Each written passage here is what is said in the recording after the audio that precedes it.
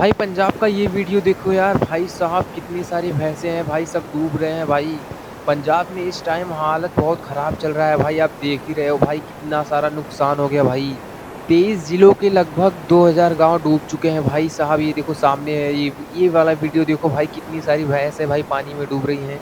भाई ये देखो, ये तो मर भी चुकी हैं यार भाई साहब, देख रहे हो भाई। सब पानी में डूब के मर गए भाई, ये देखो यार, अरे भाई साहब देख रहे हो गाइस।